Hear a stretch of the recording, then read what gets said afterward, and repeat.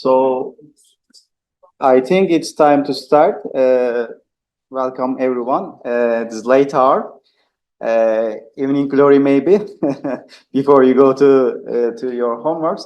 I work on. Let me introduce myself briefly. I work on experimental quantum optics with an integrated approach for quantum sensing and calculation circuits, etc. On Hacettepe University, we have a small group and laboratory working on this subject. Today, I will talk about single photon generation, characterization, and realization in experimentalist way. Let's move forward. First, you see, so how do you see the previous lectures? You can generate or you can obtain somehow single photons or single photon states or related states. But how do you measure them? Before I go into the single photons experimental realization, I will briefly talk about the characterization. It's the interferometers. You already heard the Hanbury-Brown twist effect or interferometer. There is also a similar one, Hango-Mandel effect, and there is an interferometer related to that, and maybe Michelson interferometer, which is basically every university has it. Then there are some special interferometers, which is one of them, Francine interferometer and Mach-Zehnder interferometer. Actually, it's somehow related to Michelson. Let's see. The single photons, we don't naturally we don't have easily in the laboratory. But what do we have? You know, there is a cosmic background, radiation from the stars, etc. They have somehow overlapped of the individual emitters and releasing a broadband spectra, like this candle. Okay, when you see the photon number distribution of this candle, you see sometimes it emits several photons, sometimes one, sometimes again two, but it's chaotic. But this is not the pure perfect classical electromagnetic state, which was mentioned is like G2 equals 1. This is not the case for this source. Let's see. Let's say we have a quantum candela in our pockets. We send a laser impulses to this source. Then we obtain number state photons, one single photons, one by one, which we obtain deterministically, which means when I apply a excitation to the system, I obtain a one photon. Let's consider this a perfect system for now. Okay, second, and okay, we obtain the single photon source, but we need to characterize it, and we want to use it from a technological perspective. Single photon sources are broadly used in quantum communication, quantum cryptography, quantum computation, quantum sensing, quantum metrology, everything with quantum. Okay, but since the school about these quantum computations or the considering them, this school is about quantum computation, we will talk about the identical or ideal single photon sources.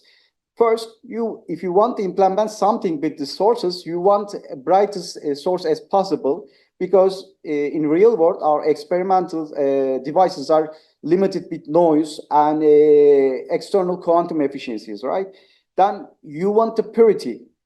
I will talk about it later, but you want the emitted photon states as pure as possible from this emitter, and then you want some coherence time. What does coherence mean? Well, we are living imperfect. We are imperfect creatures living in an imperfect world, so our photons will be also imperfect. They will have a coherence time. I will talk about this later also. Then the indistinguishability. This is the most important thing, and in terms of the quantum computation, if you don't have indistinguishable single photons or qubits, you cannot operate them, any gate operation. It's basically you cannot. Then okay, first interferometer, Michelson interferometer. You have a beam splitter. You send the single photon states. Well, I'm sorry. You send the single photon states, this beam splitter, one by one.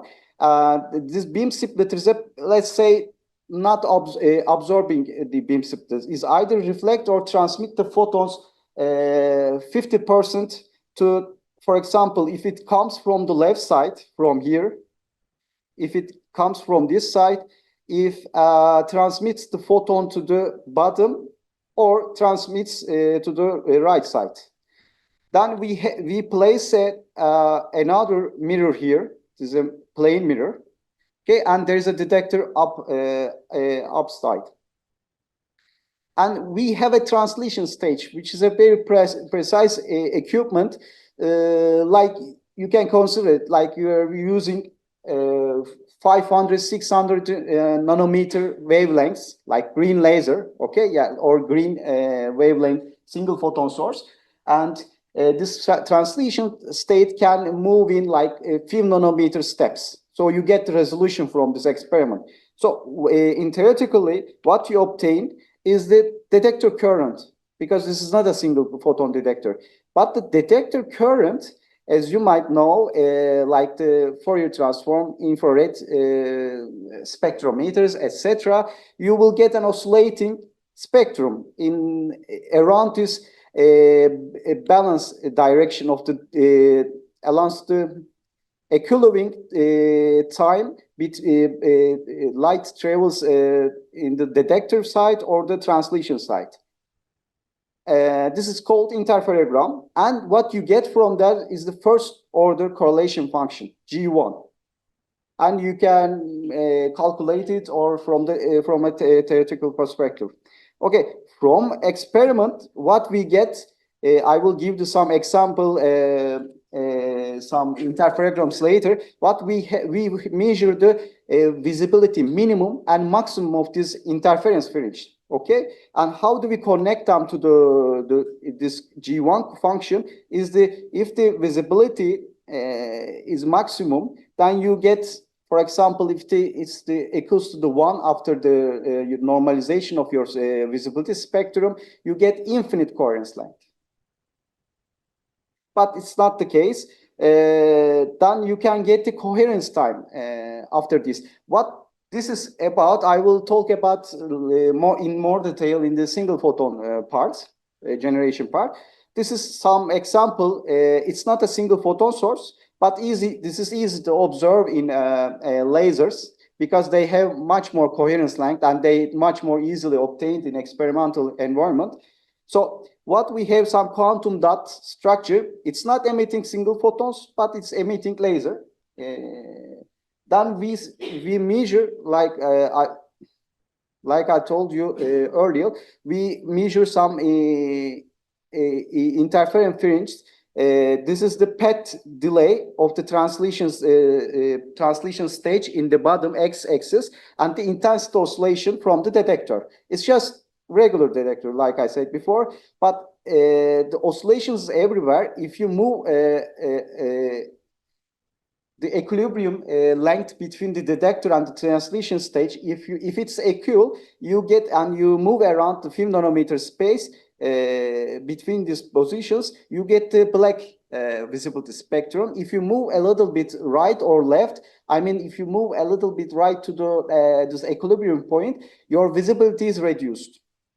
This is, and from this measurement, you can measure your coherence time, how the visibility changed. For example, this delay. For example, you measure the visibility at different distances.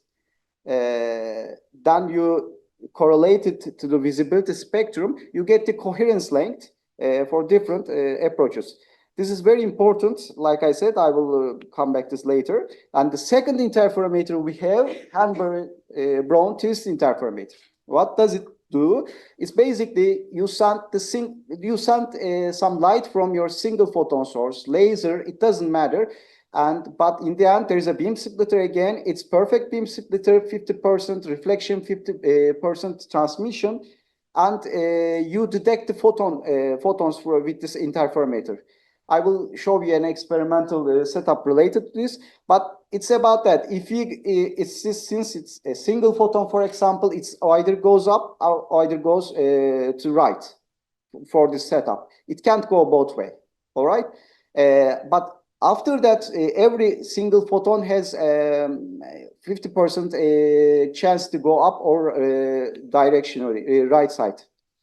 Okay, this is some quantum mechanical description of the system, which is already given in previous lecture. I will not dwell here, but this is, for example, simple setup relating to that. You send the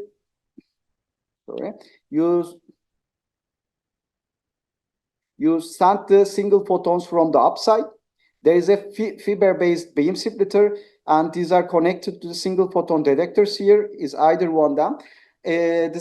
I will talk about these detectors in, like, I don't know, maybe 2 or 3 days later in more details, but they can detect one photon at a time, which is great for quantum optic experimentals. Otherwise, you will be doomed. Then, if you measure the spectrum, for example, for a single photon source emitting one photon at a time, and if you check this second order correlation, intensity correlation functions, let's say these are identical paths. There are identical paths to the beam splitter between the detectors, right?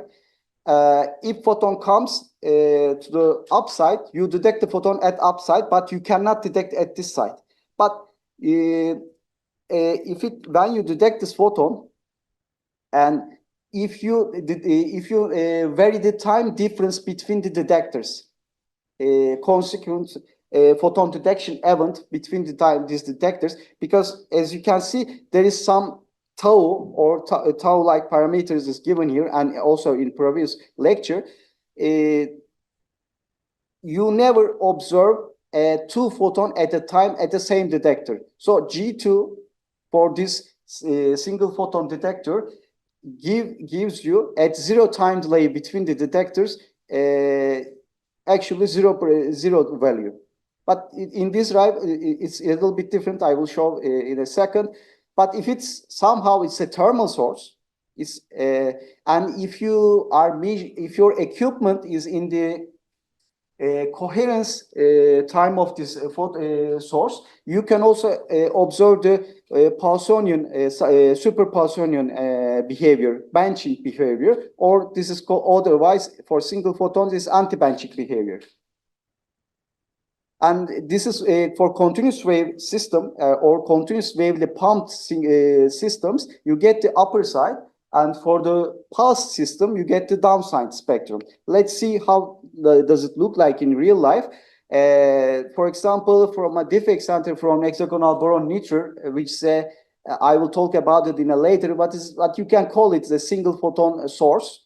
You can easily obtain from in your lab. You see the G20 tau, or when you make it deep, it doesn't go to the zero.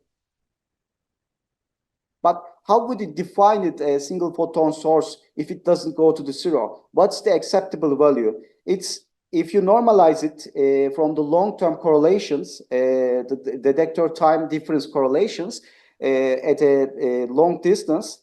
Maybe I can use. No. Okay. Long distance correlations here, for example, if you normalize this value to the 1, which you should, and then you get, for example, if it's below the 0.5, if it's below the 0.5, you can easily call it single photon source. If it's over the 0.5, well, you need to take your data again. And it's similar for the pulse source or pulse single photon source pumped with a pulse laser, for example, at the bottom. Okay, now the Hongo-Mandel interferometer. It's same setup with the Henry-Brown twist interferometer in principle. Is it like it's schematics? You send two, but this time you send two photons, single photons from each input of this beam splitter. if they are indistinguishable, then they will always go to the same exit of this beam splitter. They will never go to the different outputs. And this is very quite important. Anyone can relate this behavior to any quantum computing gate, maybe some previous reader. I'm sorry. Well, it's quite used different gates anyway, but this way you can create entanglements also with some additional setup. Sorry. Well, depends on your basis.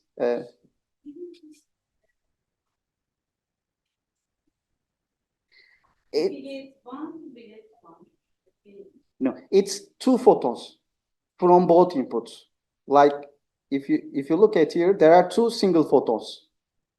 For example, you get them from input 1, input 2. But when you measure, if they are indistinguishable, they exit from the either right side together or upside together. It never goes up this way. One side, one photon from the right, one photon from the up. It's if, like again, not every single photon source can produce this effect. It has to be indistinguishable, which is a very basic requirement for gate-based quantum computing. All right, what distinguishable? In the right side, you see some quantum source again, but sometimes it emits a little bit different frequencies. Sometimes red, sometimes blue. So there are some distinguishability. And in the left side, you see the related equation and setup for indistinguishable, and right side distinguishable photons. Okay, and if you want to experimentally implement this measurement, you need two photon source, and you need some Michelson interferometer like optical setup for this. But to able to measure this effect, you need to break the indistinguishability or interference with some phase. All right. It might be some path difference, this phase, related to the path difference or polarization difference. It doesn't matter. It depends on your qubit, type of qubit. But for example, for this setup, you just move the one arm of the beam splitter. There is a mirror, which is, as you already saw this is Michelson interferometer like setup. So you create a phase difference. If there is a phase difference from these photons in the bottom side, you see they are distinguishable, so they don't produce this Hongo-Mandel effect. But if there is not this if they are indistinguishable, then they produce this effect. Okay, now the Mach-Zehnder interferometer. I'm going a little bit fast here, but I will mention this. And I will show this setup in the chips, you will see these setups and experiments over and over again on several days. So don't worry. And you have any questions regarding these experiments, we can talk about them during this breaks or during the evening. Now, Mach-Zehnder interferometers. All right. If you look at this closely, this is another Michelson interferometer, but you can adjust the phase or the path or length a little bit carefully, and there is two outputs now, not one output, but two outputs. All right, and this is there are two versions of this. You can change the phase by the movement of one mirror, or you can put some phase difference, some optical components here, which I will talk about in the Thursday, but generically you can use some wave retarder for polarization qubits. And for the left side, the general output from the input is this, and there are two versions of this. One is called balanced, MZI, Mach-Zehnder interferometer. For balanced, it means everything is equal, and the beam splitters have 50% reflection and 50% transmission. All right. For unbalanced Alexander interferometer, you can change these values. You use both of them for manipulating the qubits in your systems, even for Q modes. This is the basic fundamentals diagram or the element after the qubits or Q modes for the quantum computing. I'm sorry, for photonic quantum computing. And if you send single photon input, actually you get this cosine carre, cosine and sinusoidal behavior, which is wave not the single photon or photon state interaction, but the wave like interaction from this setup. Okay, now a little bit different topic. It's not related to quantum computers, but I want to show you that what you do generally with the gate-based quantum computers, you want to create entanglement or quantum correlation between two or more indistinguishable states, right?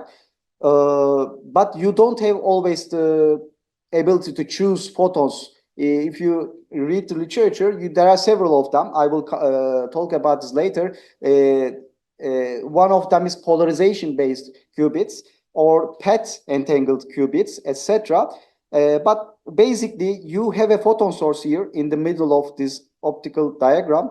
I'm sorry for the delay. It's called SPDC. Let's say it's produced 2 photons at time. All right, they are time being entangled, or you can say quantum correlated only with time. There is no frequency correlation. There is no polarization correlation. They might be same polarization or the polarization stage diagonal to each other. All right, but if you send them with the 2 different paths, again with the perfect 50-50% beam splitters, one to the left, one to the right. The first beam splitters, for example, let's talk about the left side, the B2 beam splitter. It's either go on the bottom way or it's go to the top way, right? Which we call long path or short path. Then they recombine at the other beam splitter, which called regular beam splitter. Then you detect them with a single photon detector, and it's same for the other path. If you satisfy the conditions like the coherence, like you want to work in a way your coherence length of the single photons and the coherence length of the 2 photon states. You want to operate them between all these lengths. You can't. You need to stay in this range, but you get the second order correlation function, which is like another visibility function here, and it's cosine square behavior. And then you can create the time being entangled state from these interferometers.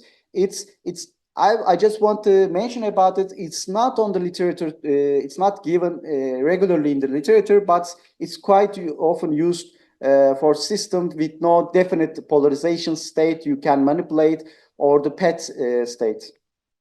Okay. Now we will talk about 2 discrete variable states, qubits. Before that, is there any questions?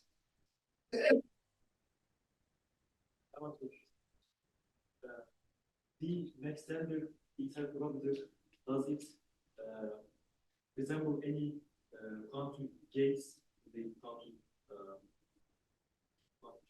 world? Well, it does. It does. But it depends how do you use it. It's like a building block. You want to build some Lego system, right? So you want to put the parts here. You have the single photon source. You have the Alexander interferometer, which is composed of beam splitter and phase shifter. And you can manipulate this. But I just wanted to look at the Alexander interferometers from these individual parts, not the whole system. you will see all the complicated system. For example, I will talk about later the Xanadu, Quandela, QX, all the quantum company, photonic quantum companies. You will see they use this basic setup. They are just repeating it. Usually, this is the unit cell of this system. But I will give more, very more detail of this system later. Okay, as you can, the photonic computers a little bit different from the what can we call it? Stationary qubit gate-based quantum computers, which includes superconducting, trapped ion, and all the related technologies. All right? Why? Because photons do not stay stationary. If you confine them in a cavity, maybe a little bit time, but for us, it doesn't matter. They need to move forward or backward, but they need to move. So we call them flying qubits, which is different from the stationary qubits used in the regular gate-based quantum computers. And there are two approaches that you can manipulate as a quantum light source in the system. One is discrete variables. I will talk about the continuous variables a little bit later. Discrete variable systems include photon polarization state. For example, if your photon is a vertical state, you can call like 0 ket, and it's in the horizontal, you can call is like 1 ket. And you can also use electronic spin, loop current, and also Stokes parameters, etc. But in conventional, if we talk about the material to realize that, there are some approaches here. And the one of the quantum companies, which I will talk about some based on this in their technology, the only one is quantum dots now, physically produced from a quantum computer, which means its technology readiness level is high. All right. But there are also approaches like defect centers, trapped ions, topological qubits, superconducting circuits, etc. But for the photonic way, the quantum dots has the most reliable technology right now. Okay, let's talk about the single photon source. Let's assume you have some atom, single atom, confined in a space in vacuum. It's not interacting with anything. It's like, let's imagine that. So, and it has one electron. And where is it? If it's not stimulated or perturbated anything, it's in the ground state, for example. Let's assume in the ground state. When you apply some perturbation, like small perturbation, like the laser, if you shine a laser on the system, then what you will observe, if the energy match of this system, it will go to the excited state, then it will relax either by itself, which is spontaneous emission, or you can force it to relax it, or you can force it to go in between ground and excited states, which is called stimulated emission.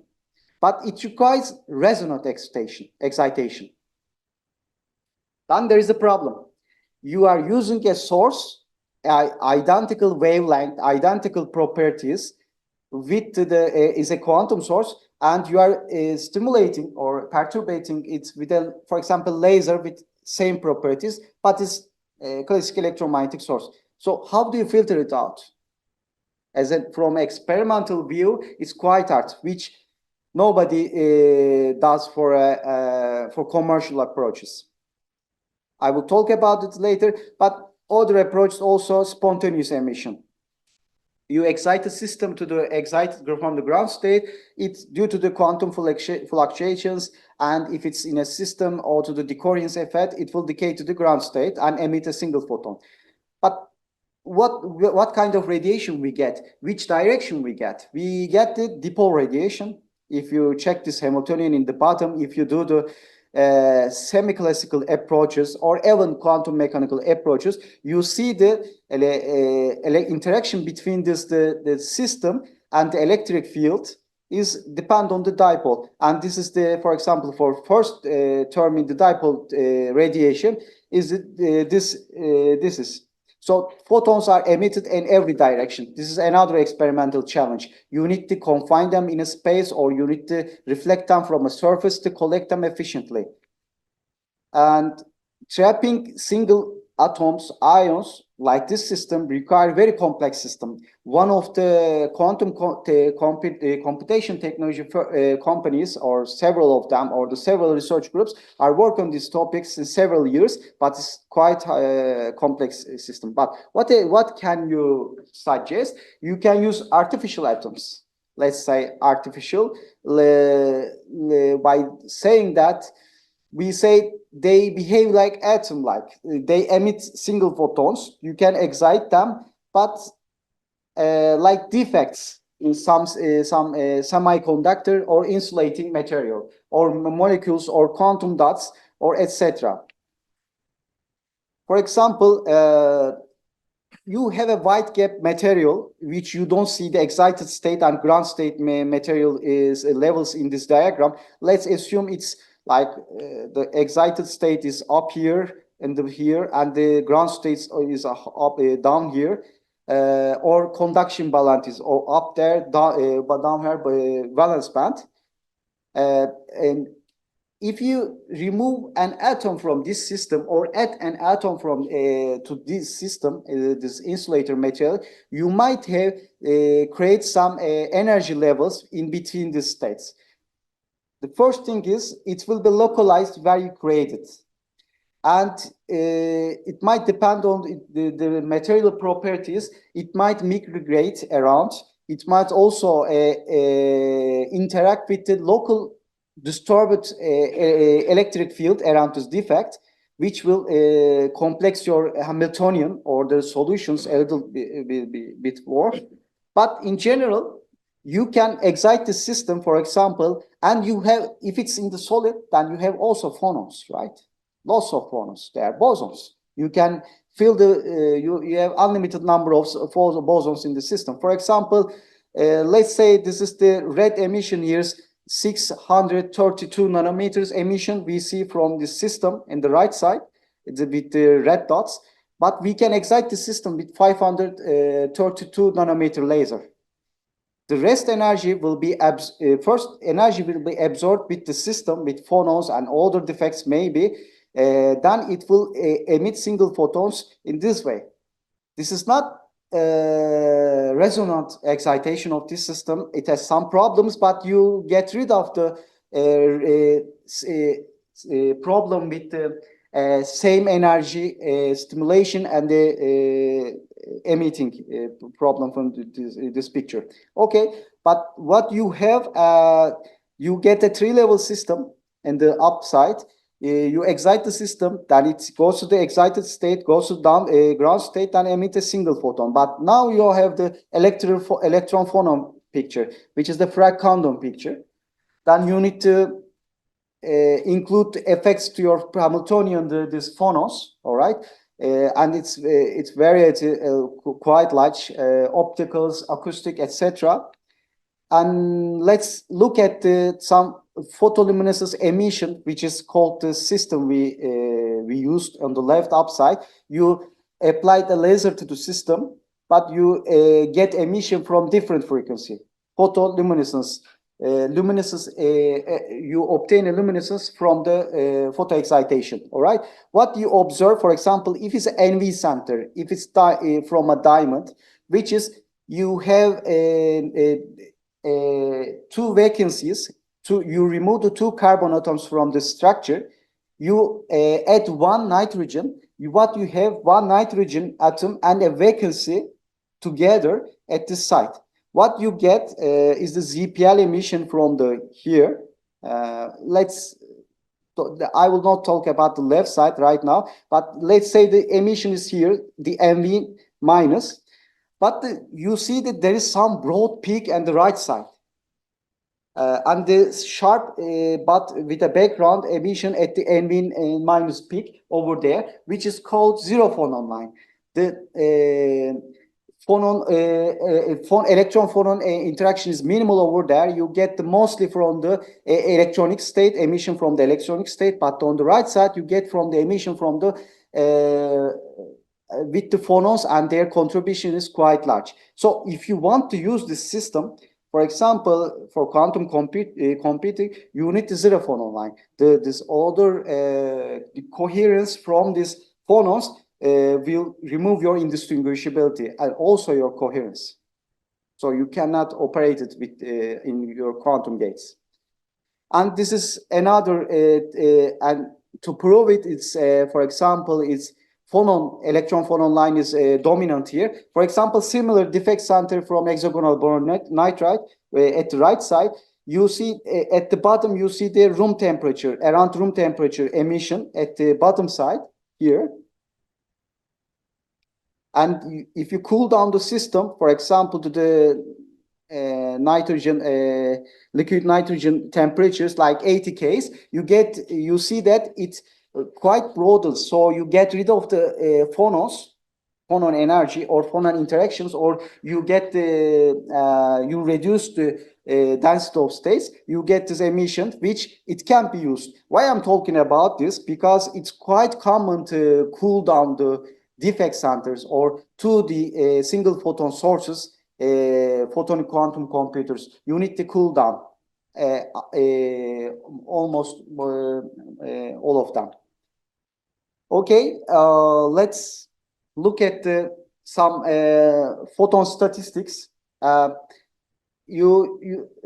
say you have a system, Henry-Brown twist, interferometer, or etc., but you don't have a single photon detector. You have photon number resolving detectors.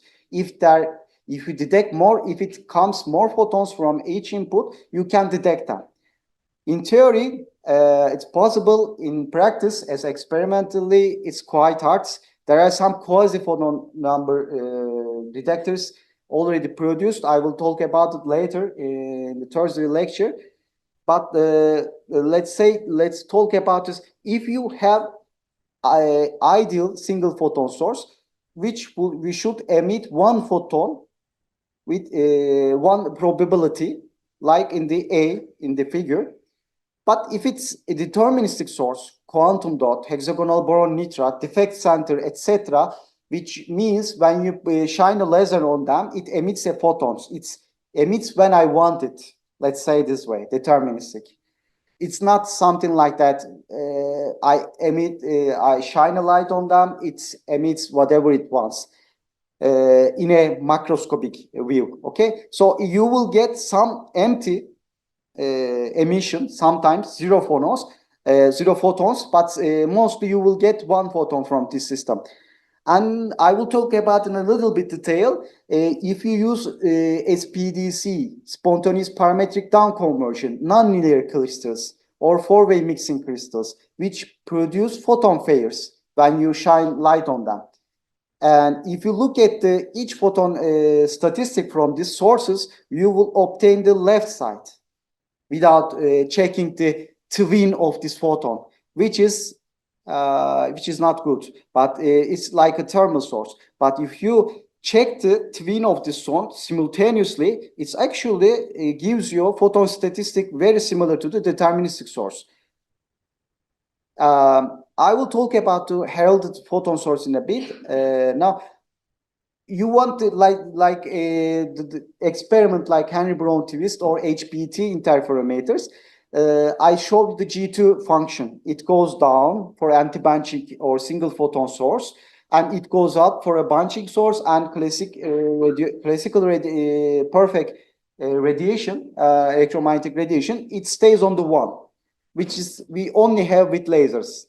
There is nothing like that in the nature by itself. Okay.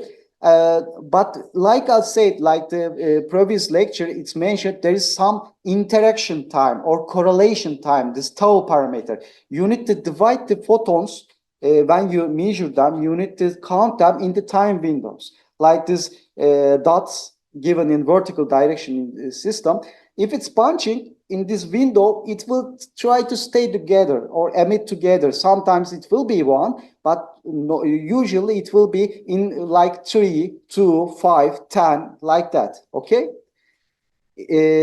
For anti-bunching behavior, for every time window, you will have one.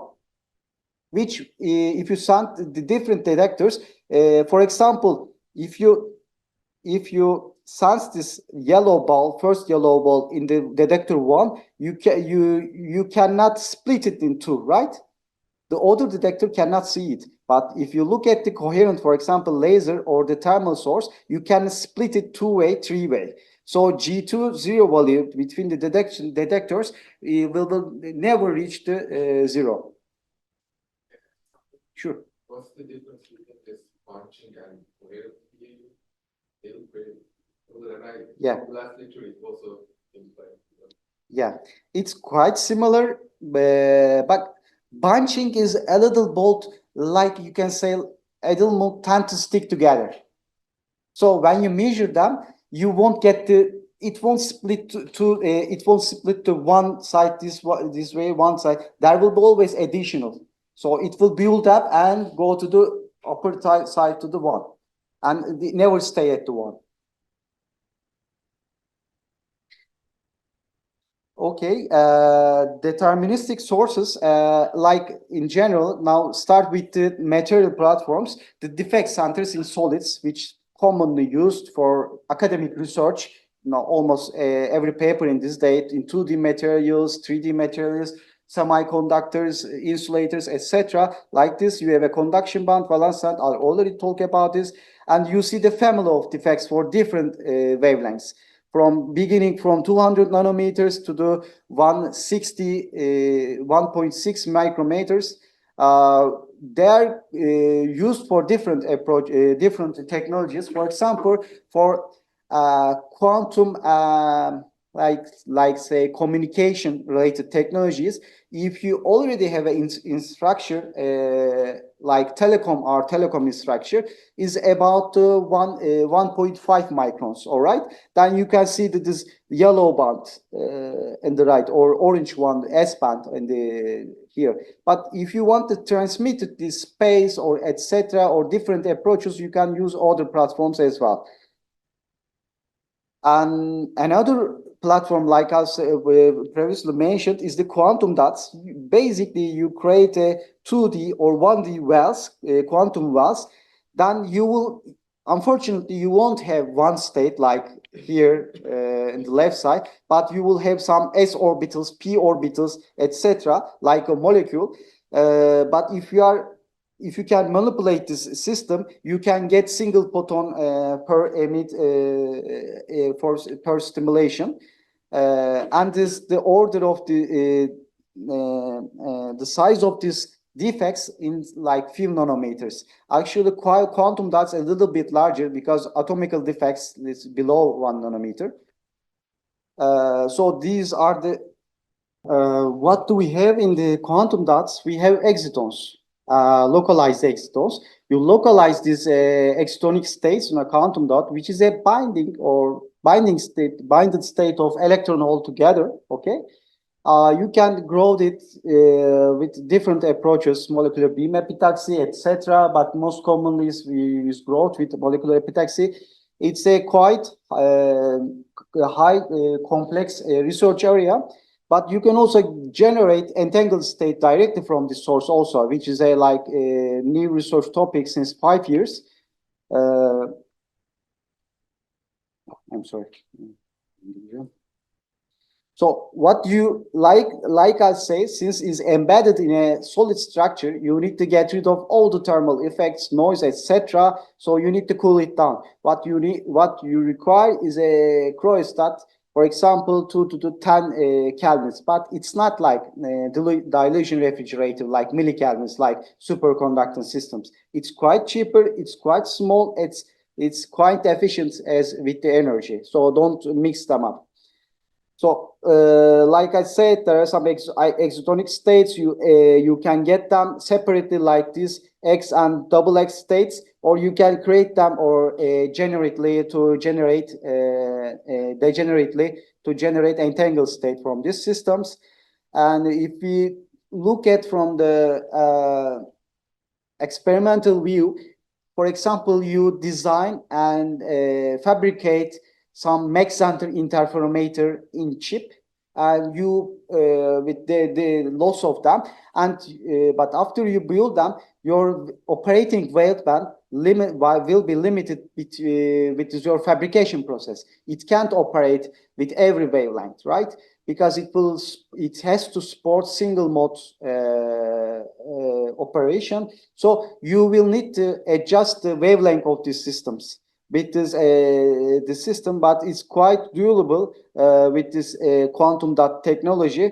This is one of the area. Also, you can create your own laser on the system, like quantum dot laser, to excite a quantum dot system to get a very coherent emission from these systems. And the other promising platforms of this system is like the hexagonal boron nitride is an example. Why? Because it has a very sharp zero phonon line emission and very low electron phonon coupling coefficients, which means you can, in theory, can generate a quantum state that can interact in a quantum gate.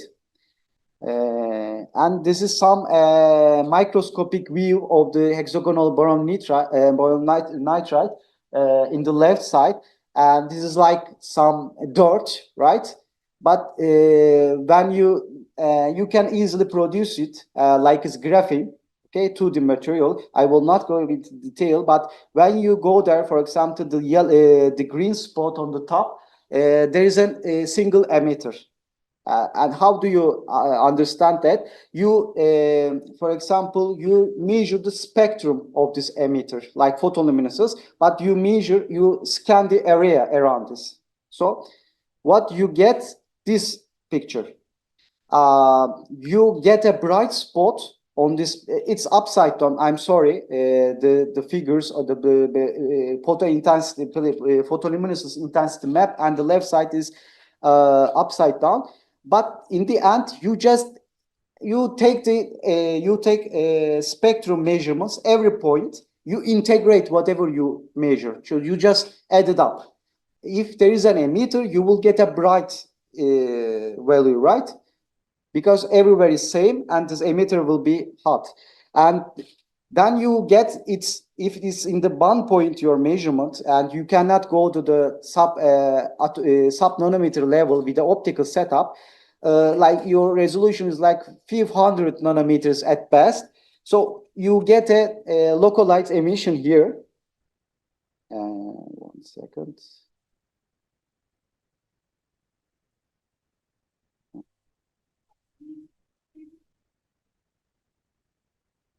Well, yeah. Well, but we don't know. Well, you need to do some extra measurements. We don't even know it's a single photon source yet. We see just some localized emission. Like I said, what was the second, the figure, like oscillating figure I show you? It has to be some deep dipole-like emission, right? So how do we measure it? We apply the linearly polarized laser to the system and change the polarization direction. If the cosine carry between this the overlaps, the integral or your measurement, will get you this. Then your luck. This is a deep dipole, but there might be more than one dipole. There might be some other systems because dipole emission is not quite rare. Then you do the Henry-Brown twist interferometer experiment, and you see it's single photon emitter. It emits one single photon at once, and this is the typical experimental optical table to just measure the single emitter. Yes, this defect in a hexagonal boron nitride system. But that's a good question, and it's quite active research area. You can speculate it's around 400 nanometer, 500 nanometers. It's most probably carbon-related defect. But other than, nobody knows at this time. because the system can easily produce different defects at different wavelengths. I think it's from 400 to 1.3 nanometers, micrometers.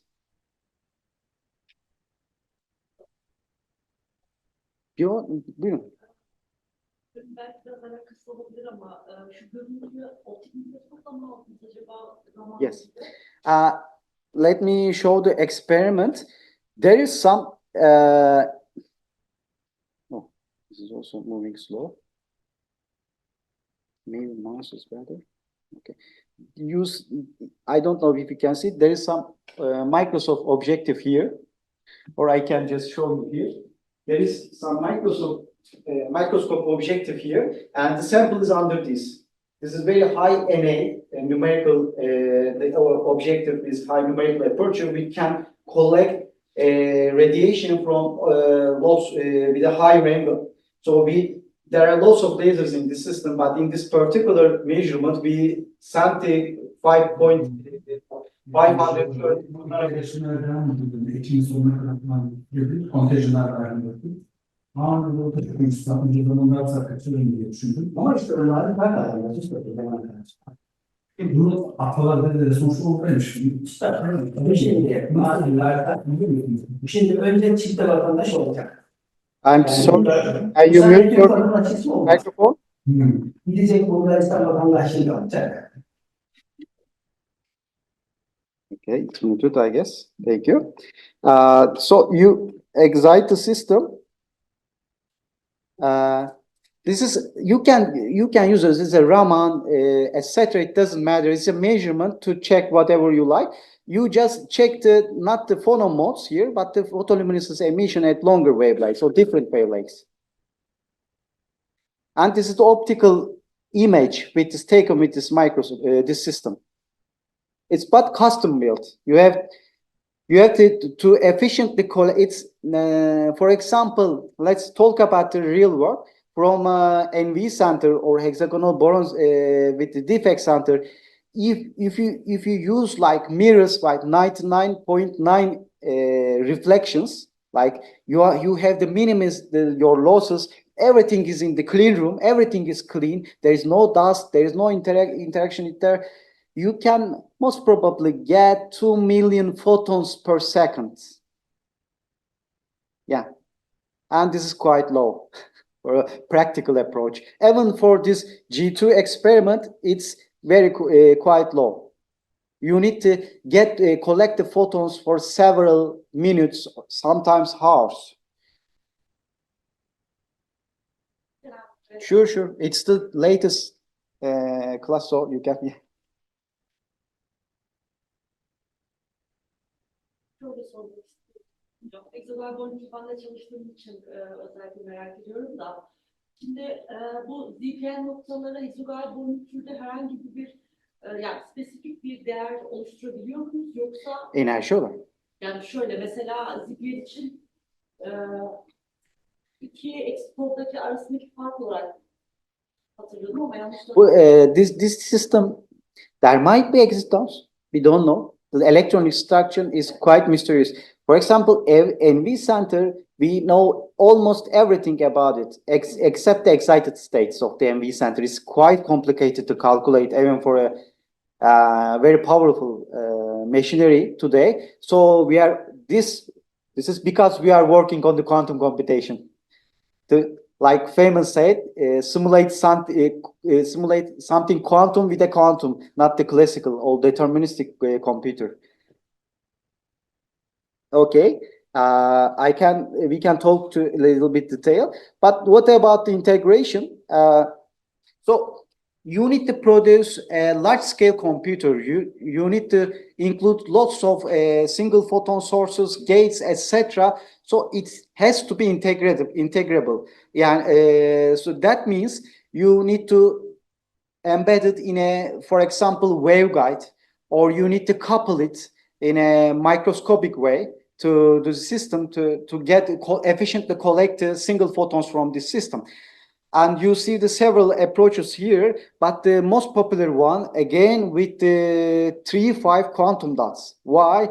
because the 3-5 systems is in research like several decades now, maybe 30, maybe 40 years for different approaches, and most importantly for infrared detectors. So there is a technological push from this other research area. So, and we know how to produce them, these excitonic states, by creating quantum dots locally in a wafer, for example. Then we can etch them to create some nanophotonic crystals, or I don't know, some waveguides, etc. It's quite integrable, but it's not compatible with the CMOS process that so easily, which is, I will talk about this later, which is a quite important aspect for to system to become a large scale. And you see the different, for example, what I talk about the quantum dot, you see that this some like hair-like structures. This is the SEM images. It's like some pillars, like several nanometer wide. I don't know, 30, 15 nanometer wide. And there are mirrors upside and downside, and they form a cavity, so you effectively collect as much as light from this, because as you can recall, it emits in every direction. So you need to collect as much as single photons from this source. And if you look at this, how do you do that? I already said that you need to put in a cavity to enhance and clear the most of this emission. I will not get in the detail this, but one of the photonic quantum computer firms like Quandela works on this technology, single photon source generation from the quantum dots with non-resonant excitation. Like I mentioned before, there are some indistinguishability issues here, but at least they are trying.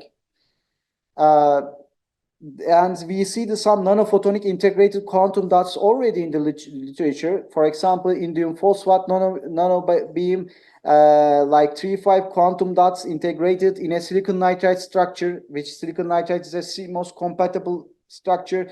Then lithium niobate is a 3-way mixing nonlinear cluster, which I think Professor Uğur will talk about tomorrow a little bit detail about these materials in nano way. And diamond already can be used that way. Okay, this is the another. I'm sorry for the phones. It's not compatible. My battery died, so I can share it from the my computer. The spontaneous parametric Down conversion or spontaneous 4-way mixing or other approaches, creating probabilistic single photon states.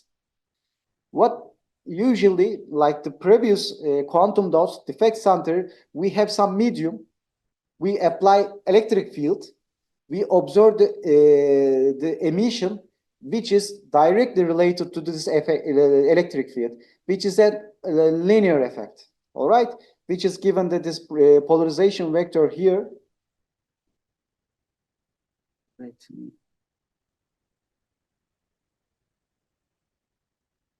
Polarization vector here.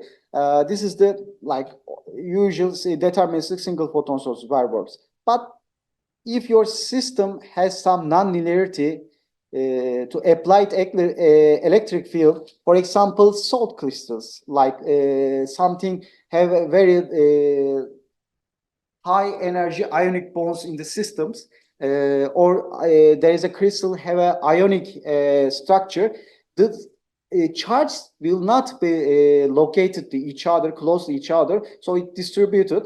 And if you have some type of inversion symmetry, you will get non-linear to the applied electric field. It's usually very low, very, very low. But and this effect also can be produced from the atoms and other systems also. And what you get in these days, you can use barium borate crystals, BBO. There is a famous paper about this, 1995, Kuwait and his group. And one of his postdocs was here last year, I guess. I can't remember his name. One of the theoretical members gave a lecture about this, the process, etc., spontaneous parametric down conversion, and create these states. But in general, what happens, you use a second order nonlinear interaction, which means you send a laser system, for example, one laser from a single photon from laser, not single photon states, but single photon from laser will be absorbed by this medium for a crystal, for example. It will create two photons with the half of the energy, okay? And typically what we use, barium borax, KTP, lithium niobate, etc. This is the most used crystals. This is a three-way mixing process. There are lots of different three-way mixing processes. And what you have is a material, the most, how can I say, interaction as a interaction parameter, which is the pipeline or periodically pole lithium niobate crystal has the highest efficiency to produce these photon pairs. What means usually when you send 1 million lasers, photons to the system, it will only produce one pair. Usually what happens is, so probability of generating one photon pair with this process is 1/1,000,000. But if you look at the deterministic source, it's almost always like very close to the, if you don't count losses, optical loss, etc., it's always one, you can get or reach to the 100%. So this is a low chance probabilistic interaction. So what happens like this? There is like virtual states in this crystal. You excite the system. I won't get into the detail. Probably I don't know if it's already covered in the morning or it will be mostly covered in the next few days in the theoretical sessions. The laser photon is absorbed and you get two photon state emitted from this together. It's not entangled yet. It's correlated, but it's not entangled yet. Or like me, experimental physicists say, we don't have observable entanglements from this structure yet. And the frequency, total frequency or energy of this system equals to the laser. For example, you excite a system with like 405 nanometer laser, you get approximately 810 nanometer photons produced from this system. But the energy conservation is not the only thing you need to consider here. There is also momentum conservation you need to consider, which is you can obtain it by different approaches, critical phase matching or quasi-phase matching methods. The left side requires just crystals. Left side requires ordinary crystals like BBO. You just cut it different, you produce it by like one side is planar, you cut in a required angle, other half, when light goes through it, due to the bifringe effect in this crystal, which means it refracts electromagnetic waves in two different directions, all right? It gets a phase for different electromagnetic direction inputs. So I won't get to the most details here, but in the end, what you get a quantum state from this is the wave function of system. First, you get some empty states, vacuum states. Something happened to them. I will get into this later, but you get some Fock states or number states. One idler photon, S and S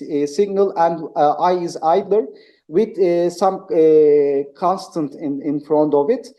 And as you can see, it increases with the photon pair or photon generation process. For example, you get 2 photon in idler and 2 photon in signal state, which we cannot use for quantum computation mainly.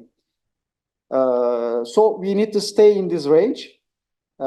This range, and the parameter is given here is a squeezing parameter, which I think will be given in detail. But the problem is, I don't know if you can see it in the clearly, but there is some wave function overlap here from the pump, signal, and idler states. You need to overlap spatial electromagnetic modes, all the modes related to this field, they need to overlap. Otherwise, it won't produce the required modes. And if it's single mode, then you may produce indistinguishable photons. And this is the mode function and the phase mismatch when lights travel to this crystal. I'm sorry for the fonts. And how do we obtain this phase mismatch or momentum conservation in these crystals?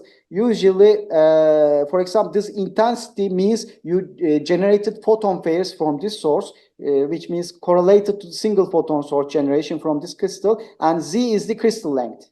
All right. And if crystal longer, and if it's a just nonlinear crystal with critical phase matching like BBO, you can just generate it easily. But if there is negligible phase matching, nonlinearity in this crystal, you won't get the photon phase. You get sometimes, but you don't always, with weak nonlinear effect. But if you periodically pole this structure to phase match this momentum conservation, you can get very bright source from this, which is the commonly used approach from all the photonic quantum, most of the quantum photonic computers these days. And this is the details. And there are two types, like I showed, critical and non-critical phase matching. And there are some 1 degree of freedom, which is the non-collinear, like this signal and the signal horizontally polarized photons and either vertically polarized photons will emit with this cone only. You see that there is a cone. They will emit on these special points only. Any given time, you don't know, and it's quite hard to collect them because you can see in a very good way. You can see like electron multiplied CCD camera or some different technologies, these cones, but still it's hard to obtain. And generating single mode states or collecting to single mode fiber or something like that is quite hard. What you use generally, PPK-TP crystal, which produce collinear geometry, which horizontal and vertical falls already on top of each other. You collect them on these spatial points, or you can use a lens like larger than here, so you can focus them into fiber, for example.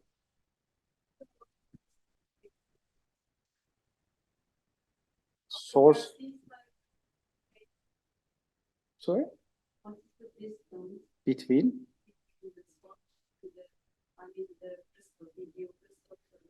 Well, that's a good point. Like I said, so for collinear geometry or non-collinear geometry, to get a momentum conservation, you cannot see like collimated laser. You need to use some sort of lens, okay, with a focal length, typically 100, 200 millimeter range. So this system has a disadvantage of it has to be on tabletop, except the piplin. I will talk about it in a minute. How do we generate or collect the single photons from this system? With the right side system, you actually put two detectors for each input, but you delay one of them.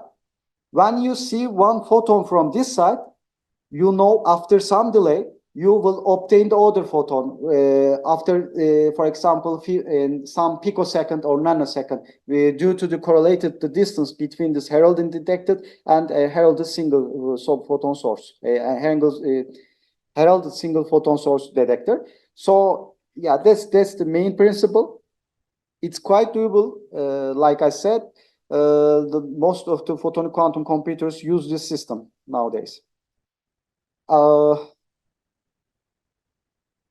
Okay, we can pass this. So how does it look like in a tabletop system in generally?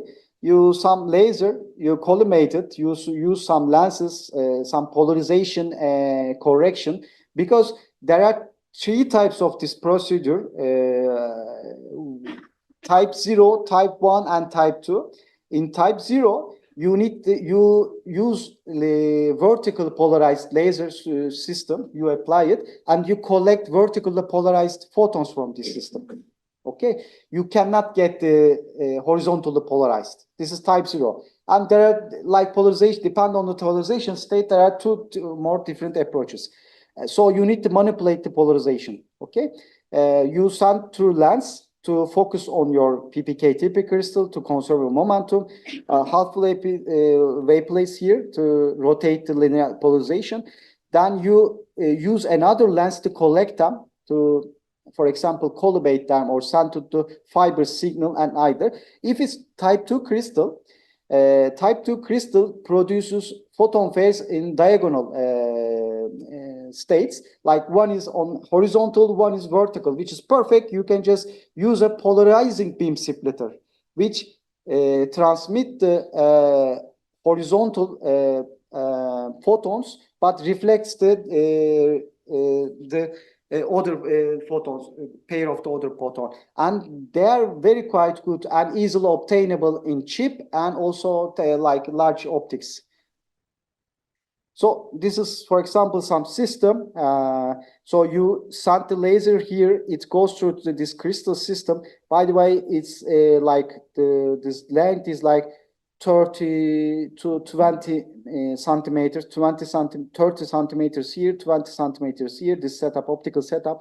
So crystal inside is in this temperature controlled unit because the temperature, the refractive index of your material also changes with the temperature. You need to control the temperature of your system. So you send this polarizing beam splitter, horizontal goes there and vertical goes over there. And you collect them. And depends on your process. For example, laser at 405 nanometer, you produce, if it's type 2, you get narrower spectrum from your produced photon pairs. And type 0 produce larger spectral photon pairs with the largest spectral full without maximum. Okay, and it depends if you excite it with a single mode laser or multi-mode laser. It also affects this. In the end, it's the temperature dependence of this system, which is quite research in the literature, and the photon pairs you can generate. As you can see, it's in the millions per milliwatt range. The problem with the system, though, you cannot increase the laser too much. You need to stay very low, microwatts, maybe at best 1 milliwatt.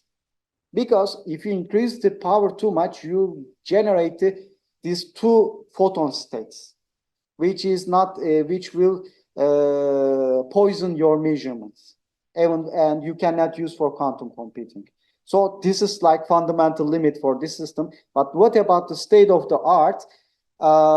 Usually what we use Sagnac interferometers here, which means you send the laser from two counterclockwise here or clockwise directions to the crystal. You can say like double pass, and you can check the phase between the system. I won't get into the detail. It's quite common to use optical system for entanglement, polarization entangled states, maximal base states. And you can measure the, for example, correlations between the states. And there is another approach, spontaneous four-way mixing. Now you have four ways, four radiation fields you are interacting. First one is first two one is laser again, and the two other one is photon pairs. It's quite similar. I won't get into the detail, but you get the same, almost same state, quantum state, and output of your system, and it can be used in other system. But this is, since we are going to higher order terms, it's their efficiency now reduced to the lower than 1 over billions. We are going lower. But the good thing is now you can use silicon. You can use silicon nitride. indium phosphide, aluminum gallium arsenide, etc., which is available to you. So you can use foundries. You can just design your structure on your computer, then send it to some foundry or fab and produce it, and you can have your own photonic quantum correlated state from your chip. And this is some structure related to it. And also, since you can use nanostructures, you can use nano cavities like ring resonators, etc., for the systems. And in general, if you look at the systems, integrability of this system, like Chi2 waveguides, spontaneous parametric waveguides, is piplin crystals or thin film lithium niobate crystals, which last APS meeting last year, they shown gigahertz rates with this crystal. It's quite now because we can produce these films with some epitaxial approaches, like not a molecular beam epitaxy, but with highest crystal quality. So they will be used for next generation devices. And for Chi3 waveguides or cavities, etc., you are mostly have silicon nitride for visible regions and silicon for infrared region or telecom wavelengths mostly. And for as a deterministic states, now we are the lots of startups around the world focusing on quantum dots. And this is not a homework, but actually something to think about over the night. If we measure, just here. Okay, you see I separated the vertical and horizontal state here. If I use an Amber HPT interferometer at this output, what do we observe? Anti-bunching, single photon behavior, laser behavior, just one, or bunching? What is the state out of coming from this single one, but without looking at the other one?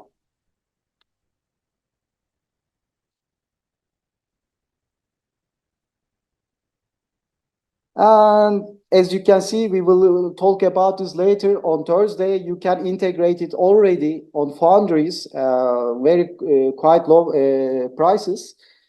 And if you look at this, if you compare now the deterministic and probabilistic states, I'm sorry, I forgot to mention this. The probabilistic production is like already mentioned. You shine the laser on the material.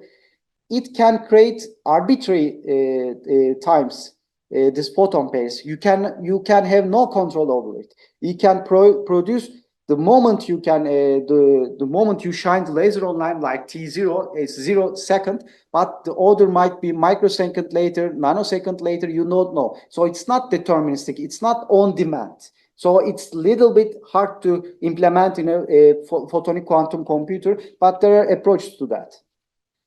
And if we indistinguishability, so you are producing the single photon sources from different heralding single photon sources or quantum dots, etc. You want the indistinguishability as close to the one, and you want them to be bright.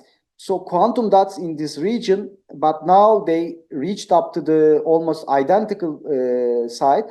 SPDC sources have interesting good indistinguishability, but they are a little bit dimmer compared to the quantum dots. So we have some performance metrics here. I won't get into too much detail, but the wavelengths G0, G20, which is you want to be close to zero as much as possible, etc. And quite some quick intro. I don't know how much time it's passed. You have another quantum states to use on quantum computers. It's not discrete states, it's continuous variable states. As you mentioned, the problem with quantum dots is indistinguishability. Now you make sure the geometry and the frequency and everything else is the same.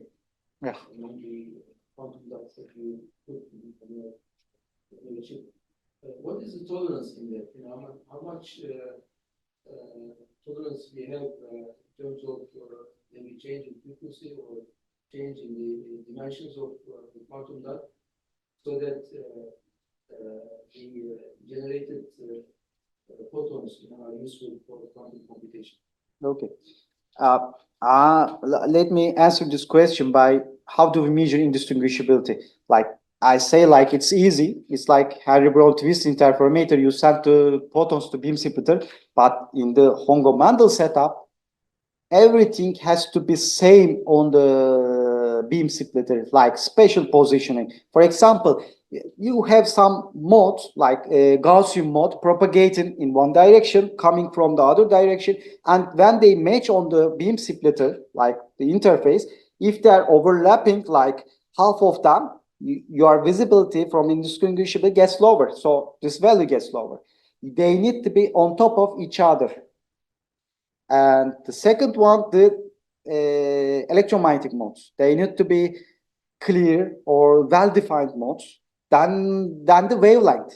They also, or frequency, they need to be sharp. And since a system in a bed, we can say is some bed, some crystal, because they are interacting with the system as well. So phonon interactions has to be lower. So you need to cool it down.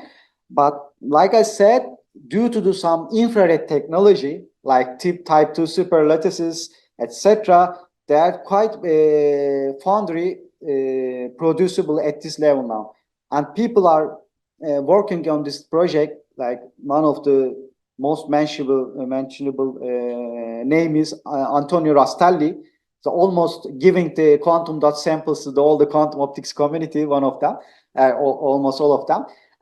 They can produce several quantum dots in same wafer, and they can manipulate it. They can just make on chip Hongo-Mandel measurement with very close to one indistinguishability. Quandela, which is a startup from I don't remember, one of the students might be in the originally the Quandela makes the systems, and they put in different Kreuzstats, then they measure the indistinguishability. It's quite good. It's very hard. It's very hard, but they are working on this topic 30, 40 years now. I don't know if it answers your questions. Yeah, is there a rule of thumb? What is the level of indistinguishable? Wow. So that it's useful in quantum computing. Wow. Indistinguishability. Let's talk about the quantum computing part. You want to use a gate-based quantum computing. There are gates. Then you have gate fidelities, right? You apply some approach to you use single photon states to this gate. Then you expect a result, like quantum state output of this gate. Then the fidelity of the result will depend on the single photons. Then lower the indistinguishability, lower the probability or getting the well-defined states from gate. It's not direct measurement. You can direct measurement. It's not directly related to this. There are some theoretical limits on the fidelity of the qubits, right? So yeah. That the quantum error correction is yeah. So I think one rule of thumb might be to meet that fidelity level on the qubit, set the indistinguishability so that the fidelity limit is. Well, what I'm not familiar with the diagnosing the problem, but what can I tell you already, the commercial SPDC sources you can buy from some company from in the Middle East or some Holland or America, United States. You can use this photonic quantum computer as an input states, and you can get successful operations from these states. You can boson sample with these states. So they are quite useful, but their limit is still too low. But in the end, the problem is it depends on you. If you want to use gate-based computer, measurement-based computer, it all depends on that. If you want to use measurement-based computing, then you want to generate a high-dimensional entangled state. to generate high dimensional entangled state, you want the indistinguishability as much as you can, right? Otherwise, you cannot connect the different pairs to them together, which I will mention in Thursday, I guess, in detail. Continuous variable systems, like previous lecture, it's given that you can obtain these number states or these discrete states. You can count or you can manipulate, but there are other properties of the electromagnetic radiation in quantum level, which is called, for example, intensity of this field, intensity oscillation or phase oscillations of this field, or ensemble of particles, how they behave, like spins or mechanical oscillators, etc. You already saw some phase space representation in the previous lecture. It was x1 and x2, or x and p, you can call it, like position and momentum, not real position and momentum, but these observables. But you have to look now different representation, Wigner space representation, which will be given it later, I guess.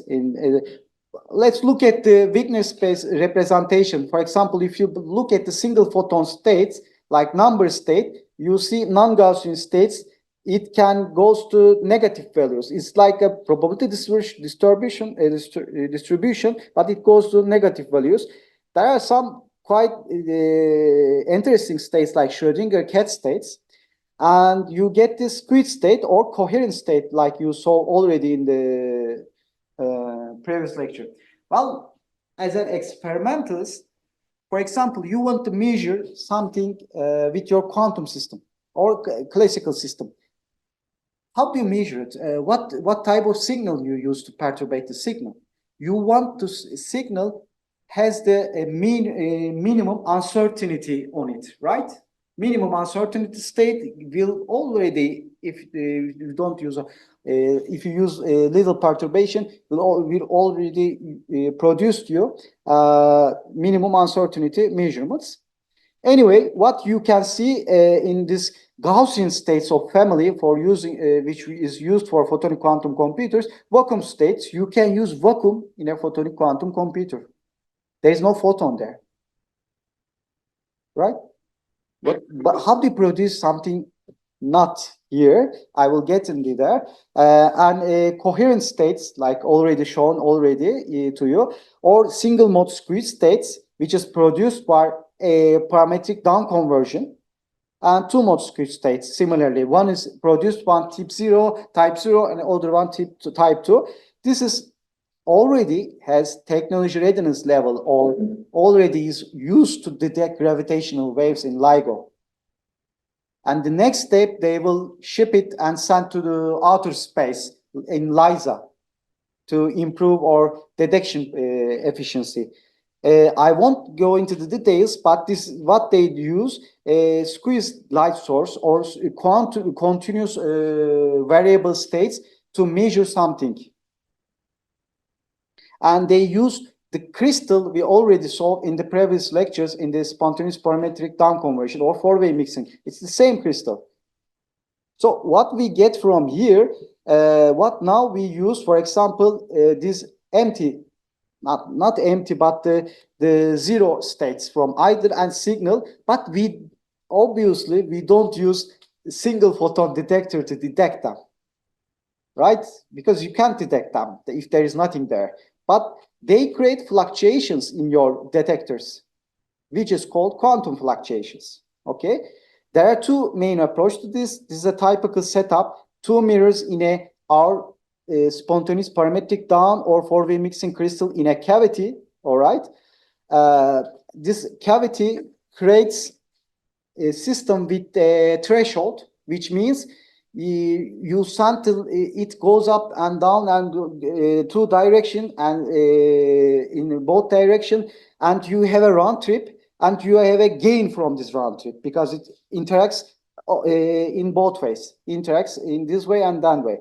If you put it in an oscillator, then you get the optical parametric oscillation from this parametric down conversion, and you can create these squeeze states. I will show you what it means in a second. Also, you can use some very basic signal, some very coherent laser or stable laser to this system as an input and amplify it with optical parametric amplification. Actually, these are classical systems mostly used for frequency doubled lasers, the tunable laser source is commonly used, and you can already buy it from the market. Okay. So as a simple example, let's see what happens. There is some crystal here, KTP crystal like PDC crystal here. You seed it with some laser like 405 nanometers laser to produce photon pairs, but we are not using these Fox states now. We are not interested in these states. We are not going to count them, okay? Then we introduced some, for example, since it's amplifier, we introduced 810 nanometer, some input, very stable input from this laser, maybe some other laser, okay, and we sent it to them. What happens? You generate two mode squeeze states, okay? What it means? It's squeezed in this phase space, in Wigner space. For example, if you do periodical measurements, it's a quite complex measurement, but since it's a continuous variable, you can define a periodicity. All right? Let's say you want to measure momentum and position, and you are bounded by Heisenberg uncertainty principle. All right? You cannot go below it, but together. For example, if I don't look at the momentum, which decreases my knowledge about this state, but if I precisely look at the position, I can go below this h bar or h bar over 2 resolution. So this coherent state, which already shown in the previous lectures, is a circular, becomes, for example, elliptic in momentum position space, but it expands in momentum space. Anyway, then we create that species, like just not observing, but observe how we create that species, or just not observing. It's like that. Since you are bounded by the quantum mechanics, half of the period you need to observe the momentum, half of the period you need to observe the position, for example. Otherwise, you cannot treat the laws of the universe. Okay, but I don't know if as the engineering background, people with the electrical engineering background is IQ measurements is commonly used, intensity and phase measurements commonly used for this thing. What you look actually, you send the signal. For example, let's look at here. You send the signal. You filter out the laser, the polarizing beam splitter. Since signal idler modes still are polarized, some of them will go to the, for example, vertical will be up, horizontal will be down, and you use phase shifter to search the perfect phase match, because there will be some phase mismatch due to your optical setup. All right, then you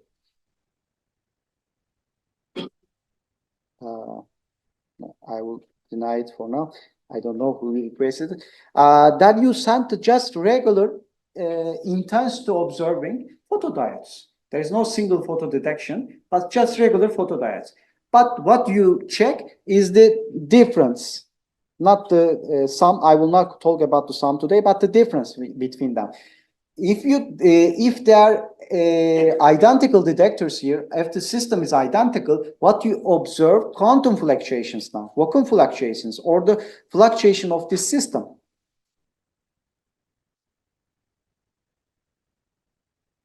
I'm sorry for the equations, but in the end, what the detectors, for example, if you subtract the current from these detectors, you get this minus sign from here. And if you sum the current from the detectors, you get this one. I think you are quite familiar with this, the equations from the previous lecture, but you didn't see it in this way. This is the different approach. You are using now degenerate system, so you observe only single mode state. Okay, you can use either these or to double the non-degenerate system. But commonly for quantum photonic computers, we use this system, and it will be mentioned, I think, on Wednesday by Professor Mehmet Emre Taşkın. Latest result from the Japan Furusova group. There are two active research group are approaching this academical way. One is in Denmark, another one is Japan. So just to mention. Okay. And there are some type of experimental details. I will not get into that. It's quite complicated, but good news is hopefully in maybe next year, maybe other than the next year, you can come and visit us to produce these experiments in Hacettepe University. I'm sorry for the commercials. And so what about so we can produce this, but in a macroscopic system is not integrable to photonic quantum computer. So what we need, we waveguides, ring resonators, etc., and we see the metrics of this system for continuous variable resource. The squeezing level is the is like the performance metric of this. Like state of the art is very close to the 20 decibels. All right, and what we see, again pipeline is lithium niobate is leading, but silicon nitride is also most promising platform, which is used or actively researched by Xanadu in X8 chip. And integrating, for example, we see a simple setup, optical setup. This is the characterization at the laser preparation setup is outside, and the other optical components, or again the optical spectrum analyzers, etc., is outside. But you can produce on chip these systems. And let's not dwell here too much, but I want to say you can also integrate laser and detectors in the chip easily. For example, for silicon nitride or 3.5 system, it's already doable in literature and foundries. And measured squeezing level to bandwidth, also another problem. Bandwidth, also another thing you need to think about it, because the bandwidth, higher the bandwidth here, because the bandwidth is very low here. For example, anyone knows the terahertz equivalent of the telecom wavelengths, like 1.5. It's quite high, like 200, 300 terahertz. So you already have very narrow signal. If it's too narrow, it will be very hard to detect it. Even the fluctuation related to it. So you want a little bit bandwidth here. And some other application here. This is a very recent publication. Almost lots of active controllers here. I will get in details on Thursday. Active components to control the phase and etc. Beam splitters and coupling. And this is it. And thank you for your attention for this late hour.